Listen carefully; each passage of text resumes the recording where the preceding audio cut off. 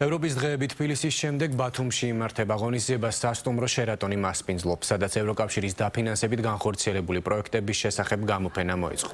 შეკრებილ საზოგადოებას სიტყვით მიმართა ევროკავშირის ელჩმა საქართველოში. პაվել ჰერჩინსკიმ საქართველოს ევროკავშირის ურთიერთობებზე გაამახვილა ყურადღება და წუხილი გამოთქვა, რომ ქვეყნის ევროინტეგრაცია შეჩერებულია. თუმცა დიპლომატმა განაცხადა, რომ საქართველოს ევროპული ოჯახის ნაწილია და მას ყოველთვის აქვს პერსპექტივა ევროკავშირში გაწევრიანდეს.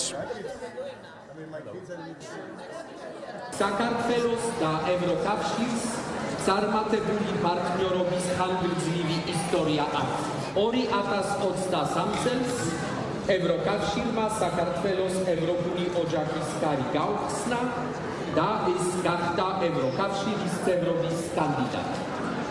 ეს ისტორიული მომენტი ერთად ვიზეირებთ.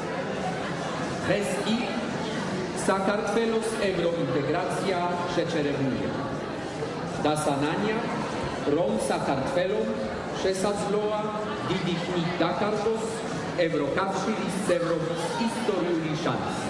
ევროპული ოჯახის წევრობა არის შესაძლებლობა და არა ვალდებულება.